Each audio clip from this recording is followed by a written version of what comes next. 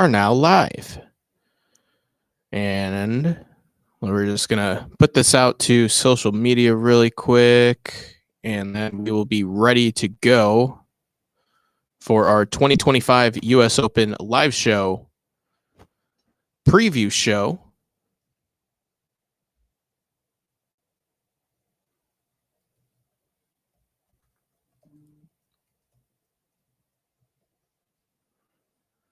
All right, we will change a couple settings, make sure that the chat is up there as well in case anybody wants to join in on the chat room. I know we've had some fun with that in the past. It's been always great to get your guys' thoughts and opinions. All right, we've got that going. Put that on Facebook.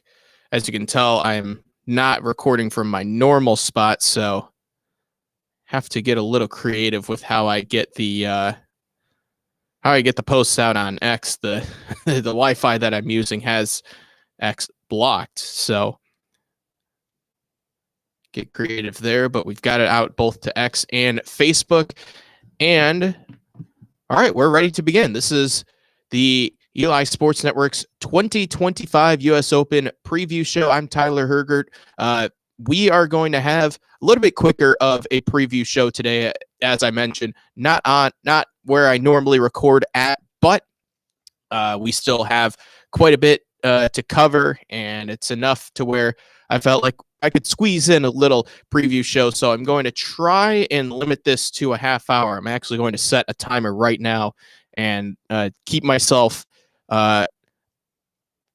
within that half hour time frame. That way can get out and enjoy the rest of my day. But again, looking ahead at the schedule for the week, we will have live shows after each and every round tomorrow, Friday, Saturday, and Sunday. We'll be doing this again for the Open Championship next month, and hopefully some sort of Ryder Cup live show content as well. That will be during the football season, so we'll have a lot of high school, not just football, but soccer and volleyball going on. But certainly we'll be able to carve out some time on that Sunday for singles for the Ryder Cup.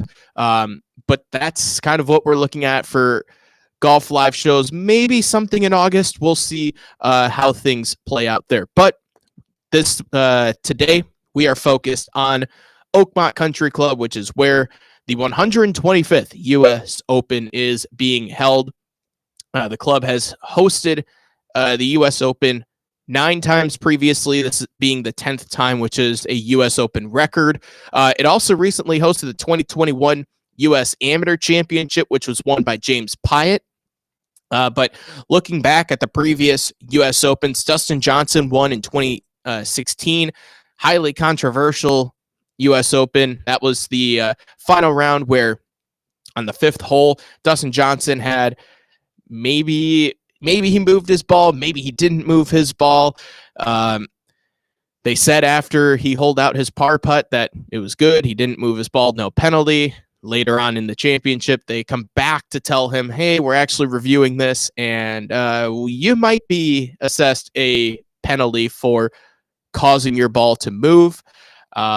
But again, no one knew what was going on, and I couldn't muscle myself to rewatch the whole Fox broadcast, but I was able to watch parts of it. I wanted to get the big parts of rewatching, because I distinctly remember, and I was 19 at the time, and I didn't get to really understand like how unique it was to hear the golfers voice their opinions, because I remember Fox was talking about they put up all these tweets of players who were very frustrated, including like Jordan Spieth, who was the defending champion.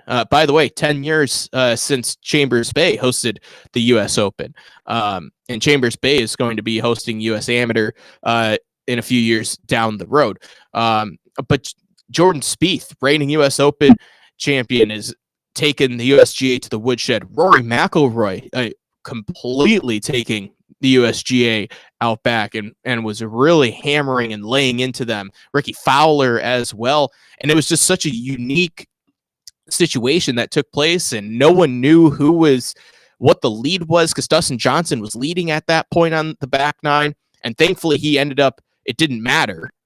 It was fine, but a very odd set of circumstances that took place last time the U.S. Open was there, and this was a time when the USGA was really getting criticized for seemingly everything they did. A lot of negative feedback surrounding the 2015 U.S. Open at Chambers Bay. Same thing. There was just a lot of negativity swirling around the USGA, and so they were kind of, I guess, an easier target that people had on them, but still, it was a pretty inexcusable what took place with Dustin Johnson, and not knowing what the situation was. And you had Shane Lowry in the hunt, and there were, I mean, that leaderboard, it's a different type of leaderboard that you look at. Jim Furyk came second. Shane Lowry and Scott Piercy all tied for second. Sergio Garcia and Brandon Grace, who was like a U.S. Open assassin at that time, they finished in the top 5 at even par, but DJ was 4 under. That was the winning score last time it was held at Oakmont. 2007, Angel Cabrera won. He was at 5 over, and this is a round where if you want to go back and rewatch, which I've done, I love watching the 07 U.S. Open. It's one of my favorite U.S. Opens to go back and revisit. This is one where Tiger probably, I would love to hear his thoughts on what he would have done different, because he had a legitimate chance and probably should have won the 07 U.S. Open. But Angel Cabrera shot 69 in the final round, finishes at 5 over. Bookends the week with 69s, as a matter of fact. Went 69, 71, 76, 69 for 285. That put him at 5 over par. Jim Furyk again finishing second with Tiger Woods. But this is one where when you go back and rewatch, the door was wide open for Tiger. And the broadcast, it starts out in a very odd way, talking about the pants Johnny Miller won during his 1973 U.S. Open when he shot 63. It's kind of funny. Go back and rewatch that. It's within like the first 5 minutes, and it's a very obscure way to start the broadcast, but NBC pulled it off. And that was one where Tiger really could have won it, but wasn't able to get the job done. And for all the people who think he made every single putt, maybe not. He made a lot of them when he needed to, and won a lot of tournaments that he shouldn't have.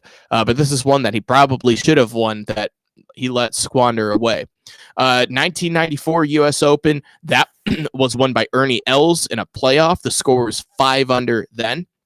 Larry Nelson was 4 under in the 1983 U.S. Open, and he won then. And I'll have to figure out the technology maybe for next time to try and show screenshots. If I could show the screenshot of Larry Nelson after he won the 1983 U.S. Open, it is hilarious. He looks like he walked right out of the movie The Princess Bride. It's hilarious. He Google Larry Nelson 1983 U.S. Open. You won't be disappointed. I mentioned Johnny Miller in the 63 that he shot in the final round. 1973, that gave Johnny Miller the win, also at 5 under. Jack Nicklaus in 1962 won in a playoff over Arnold Palmer. What a sight that must have been at. They were at 1 under after 4 rounds. Ben Hogan won the 1953 U.S. Open, also at 5 under. That was part of Ben Hogan's incredible year in 1953 when he won 3 of the 4 majors. 1935, the U.S. Open. Sam Parks Jr. Won at 11 over par. That was the U.S. Open where the stimp meter was invented, and Sam Parks Jr. I'll have to do a deep dive one day on the 1935 U.S. Open, because that is a pretty historic U.S. Open. It's similar to the 55 U.S. Open where Chip Beck comes out of nowhere. Sam Parks Jr. also comes out of pretty much nowhere to win this championship. And it's a really cool story that's behind it. Well, I'll have to, that might be Dog Days of Summer project where we do a deep dive into the 1935 U.S. Open that took place 90 years ago. And again, Stimpmeter was invented. A lot of Stimpmeter talk this week. And Tommy Armour won the 1927 U.S. Open in a playoff at 13 over par. So a lot of mixtures of high numbers, but also some scoreable numbers too. 4 under, 5 under, 4 under, 4 under, 5 under. So there are scores to be had at Oakmont. Let's take a look at some of the future U.S. Open sites, because this is going to play into who I either pick or who could win multiple U.S. Opens down the road. Shinnecock is next year, Pebble Beach in 2027. We've got Winged Foot in 2028, and then Pinehurst again in 2029, and then they head back to Marion in 2030. You know, I take a look at these and I think Pebble Beach, regular PGA Tour stop, makes you think of what Rory McIlroy just did this year at Pebble Beach, and what could he do in 2027? And remember, that will be the last U.S. Open before the professionals have to play the rollback balls, for whatever that's worth. It's not going to do a whole lot, but it is a different ball that they'll have to play starting in 2028. But you think of where Pebble Beach lies right there. That could be an opportunity for a guy like Rory McIlroy to add another one. Shinnecock always produces great U.S. Opens. 2018, Brooks Koepka won there. Winged Foot, that's where Bryson DeChambeau won his first U.S. Open. And, of course, that really fits his eye, and I think Scottie Scheffler too. Pinehurst, obviously, we know both Rory and Bryson can play well. You would think they're both going to still be either at their A games or close to their A games by 2029. In 2030, Marion is a unique golf course that 2013 provided an excellent championship. So you look at the next 5 U.S. Opens following this one, there's probably some opportunities for guys that either already have U.S. Opens or might not have a U.S. Open until this week, like a Scottie Scheffler, to start racking up multiple U.S. Opens. And that's a big deal to be able to pick off a couple at a time, because as we've seen, go back and look at Retief Goosen. That's a guy that it looked like, oh, he's going to just win multiple U.S. Opens. He was so good. Won a couple in just a handful of years in the early 2000s, never to be heard from again. So when you're trying to build up your career, it's so important that you're able to win, not just when you can, but win frequently, because you never know when that peak is going to close. We talked a lot about Jordan Spieth, I believe, at the PGA Championship, and that's another guy that you think, how could he only end up with 3 majors? And Scottie Scheffler's in that same boat right now. The lines are at, I mean, what was it? No Laying Up talked to FanDuel and said the lines for majors for Scottie Scheffler is 9.5. Now I said 6.5 is where I would set the line realistically, but you never know what's around the corner. And that's why it's so important to, when you have these chances, to pick them off one after another, because you never know. You just never know what is going to be coming up next. All right, let's take a look at the course. Lot of rough videos. I think everyone has had a rough video. Now today, it's going to be putting on 1. Guarantee we've already seen it so far. A couple of putting videos on 1. Andy Johnson from Fried Egg got a great video yesterday of Zach Blair from 120 yards out, putting it to, like, I don't know, 10, 15 feet from the middle of the fairway. And now everyone is going to be doing those putting videos today. But really cool. That's just a really cool dynamic of there might actually be multiple ways to play the first hole. You might be able to just scoot one up, and we've seen it before in previous US Opens. You miss the rough. Well, if you just kind of play a chunk and run and get enough topspin and get that thing going, you can land it 75 yards short on one and roll it up to the green. Now, you need a little bit of luck involved probably to be able to handle the thick rough, but it's possible. And the rough, to mention Andy again, he did a great interview on his Fried Egg podcast, which I highly recommend listening to. And the rough grows straight up and down. And the way how Oakmont cuts the grass, they allow the rough to grow straight up and down. If you play your local course, go to any course. For whenever you're out playing again, look at the rough. Almost guarantee it's not standing straight up and down. It's probably trampled over. It's not right up and down. And if it is right up and down, your ball is going to go straight down to the ground. And that's when you are going to get the worst lies out of the rough, is when it's standing straight up. And that's what they do with the rough here at Oakmont. And it's really cool the way how, I'm not going to spoil it, but just the way how they talk about in that interview, all of the ways they trick up the mowers, and it's really cool stuff. And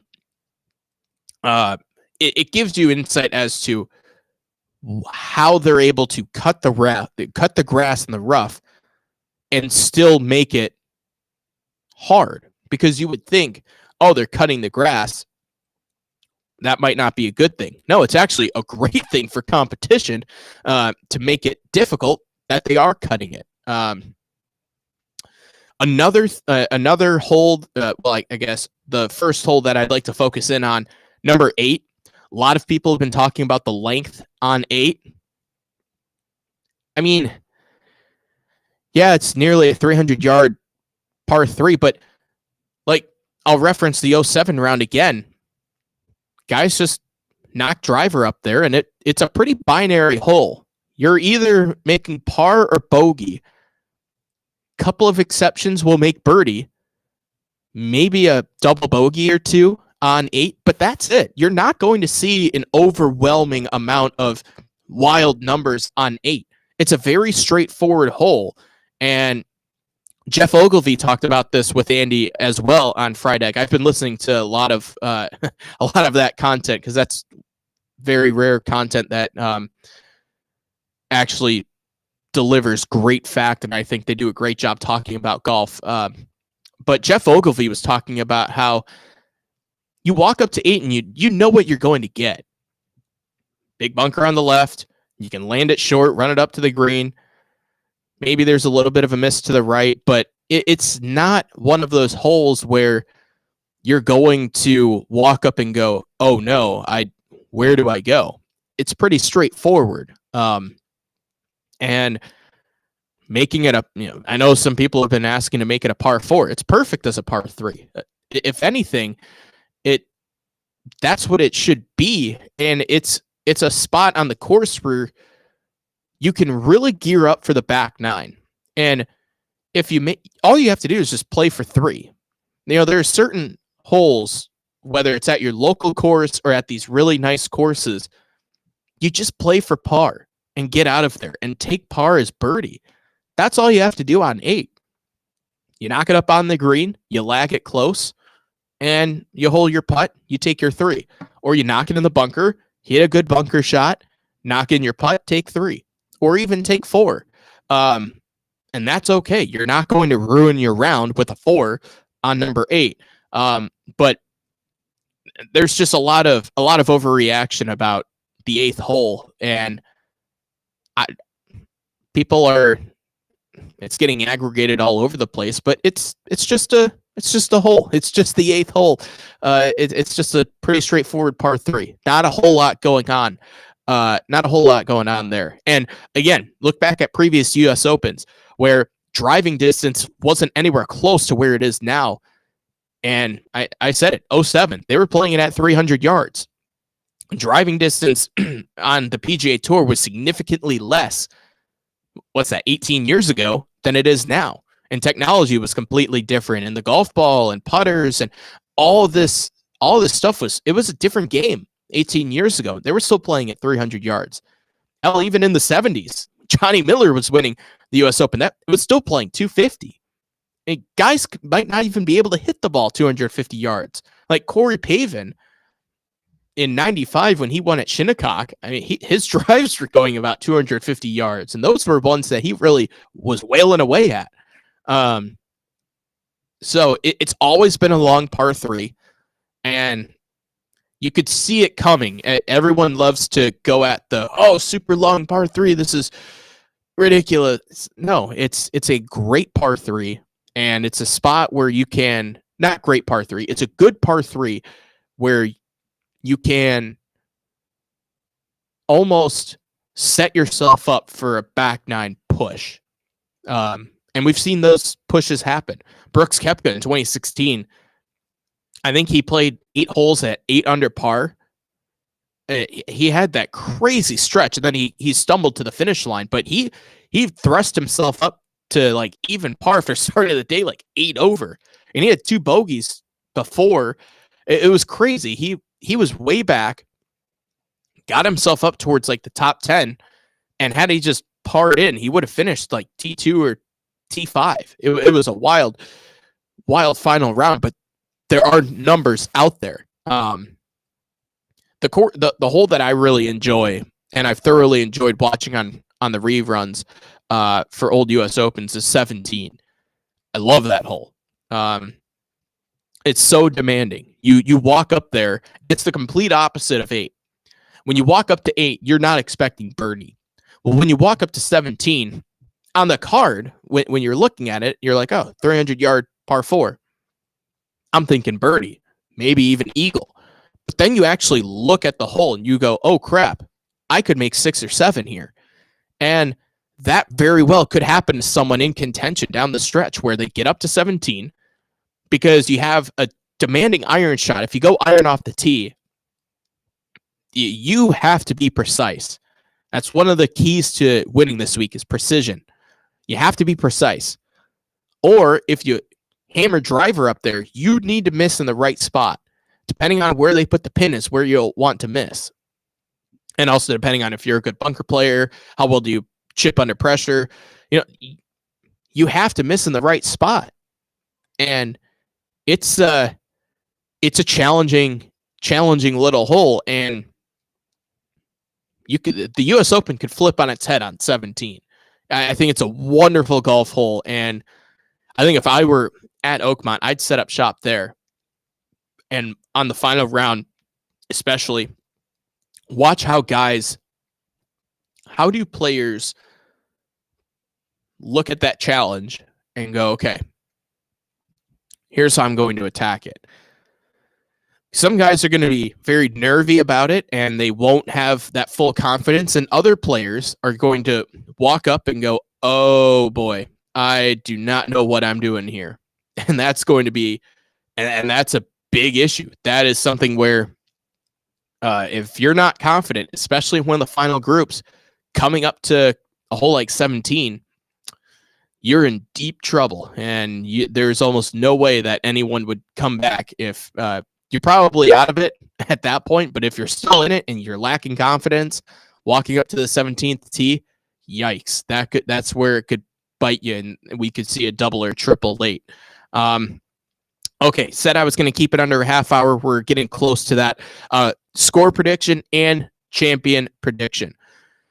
So score prediction, this is something that a lot of people have been talking about as far as they think over par. Over par wins it. And not just over par, but deep in over par, like 5 or 6 over, similar to 2007. I'm hoping that we get that. I'm hoping that Oakmont presents that kind of score.